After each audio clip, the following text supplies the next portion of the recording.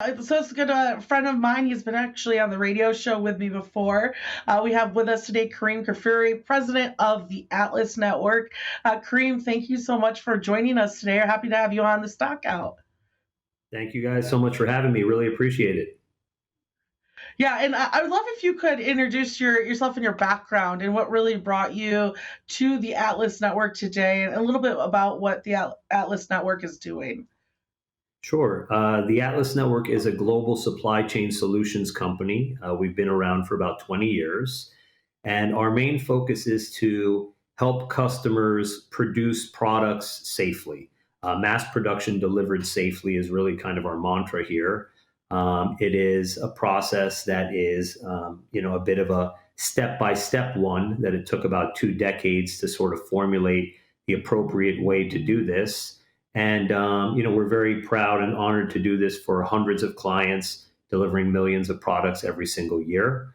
And we primarily exist through a lot of industry and trade referral, also a lot of word of mouth, and then a lot of industry relationships where design firms or engineering firms or industry partners will then kind of refer over. They'll do kind of the first part of the equation and then say, you come to a company like the Atlas Network because they're going to, produce these products for you properly through their network of almost 2,000 factories, and kind of a very methodical process to what we do here.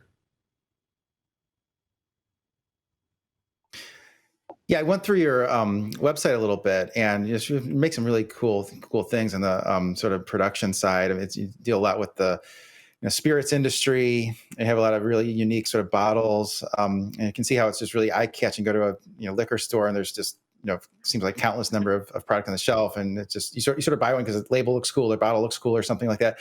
Can you talk a little bit about sort of the advantages and disadvantages of sort of having a custom solution for packaging like that versus one that's sort of off the shelf?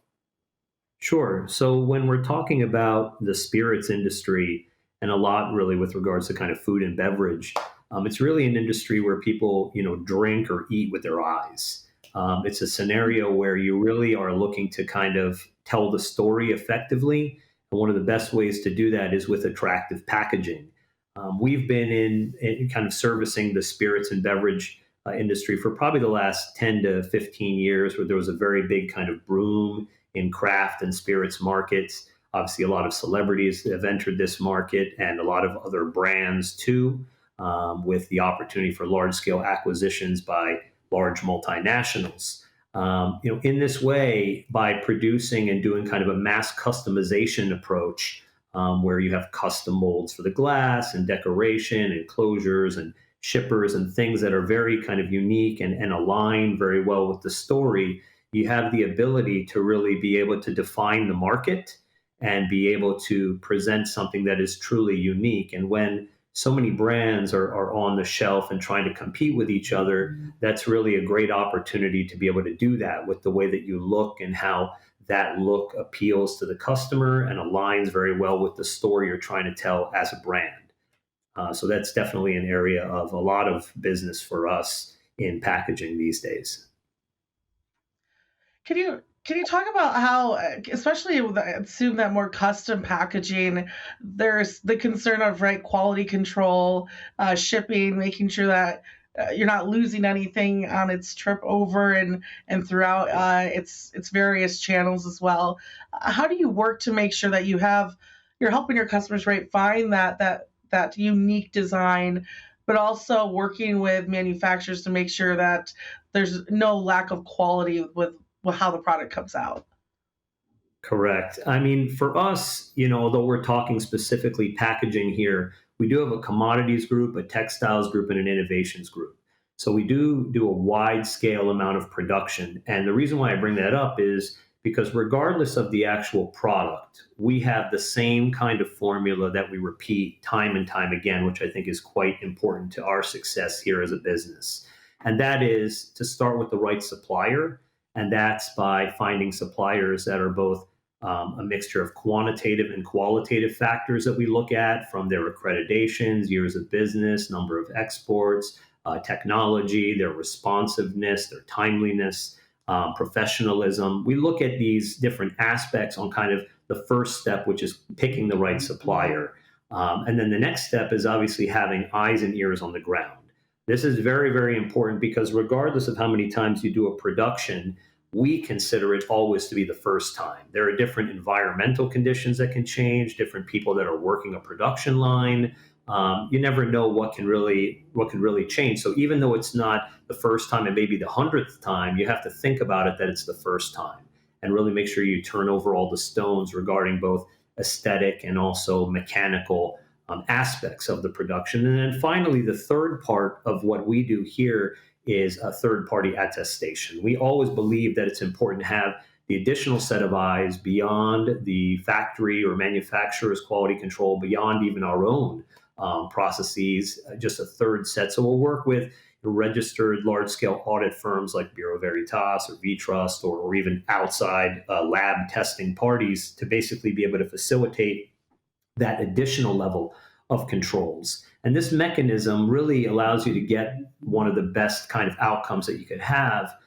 It'll never be zero because mass production always has its sort of tolerances. It'll never be 100%, but at least in that way, by having a formulaic method to the process, you get a good outcome. Yeah, a lot to consider there for sure.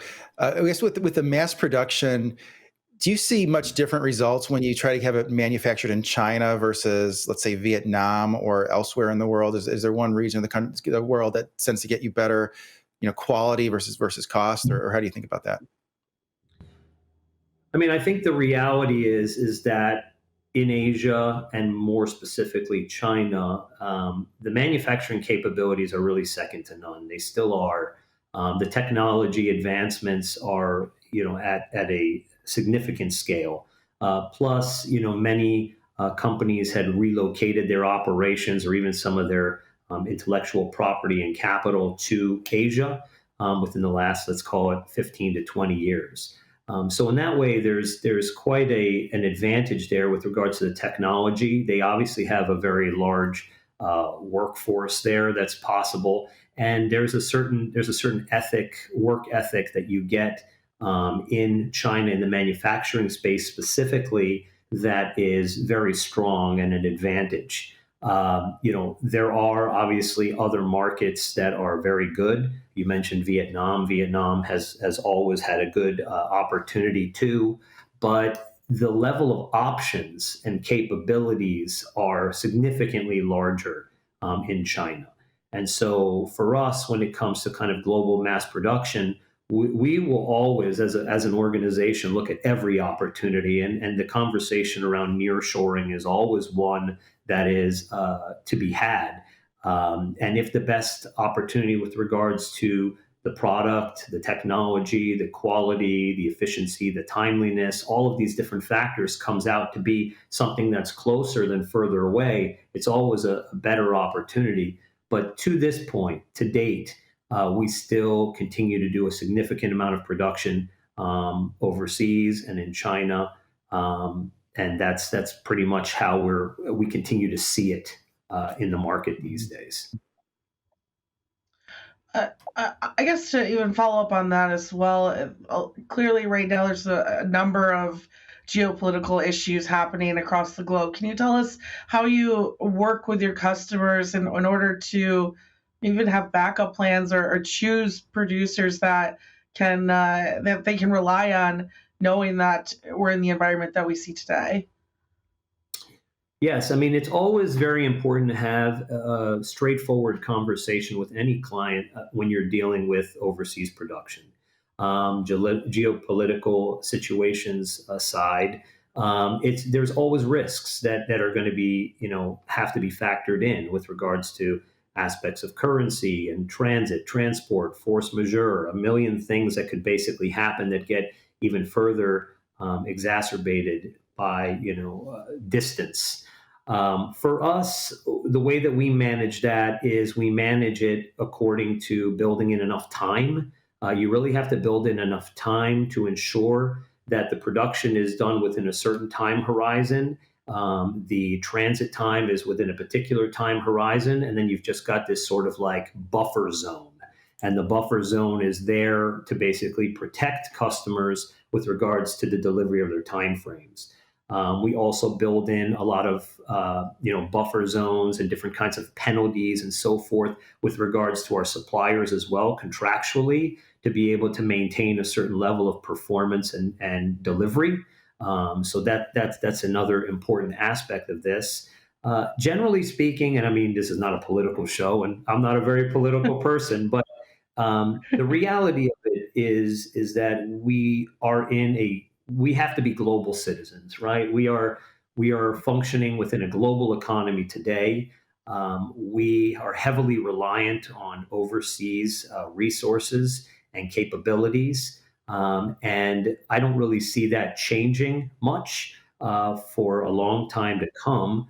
I do think that there are more collaborative initiatives that are happening. I do think that there are some strong nearshoring efforts. But what I'm actually seeing is more that, for example, China opening up factories in Mexico or even in the United States and so forth. So bringing some of Mm, their manufacturing know-how and capabilities to actually be part of the nearshoring conversation, where they're looking to kind of cut the gap or bring still their technical skills or their capabilities or different aspects of what have made them successful and do it in a way that may eliminate or reduce some of those cross-border related issues.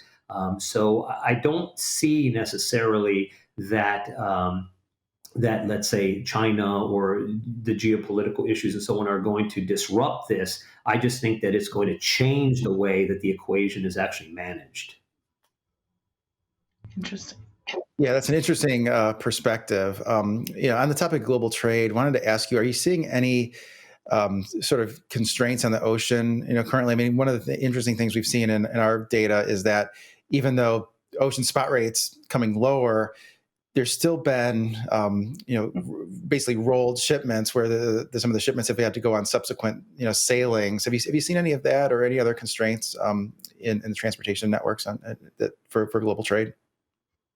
I would say that from a cost standpoint, not so much, meaning that those times where we had really cost prohibitive containers, are a little bit in our rear view mirror, which I think is a good thing in many ways because there are many businesses that went out of business because they couldn't maintain those additional shipping costs. There's only so many widgets that fit in a container. And if you increase the shipping cost by 50% or 100% or whatever else it is, the product becomes unsustainable.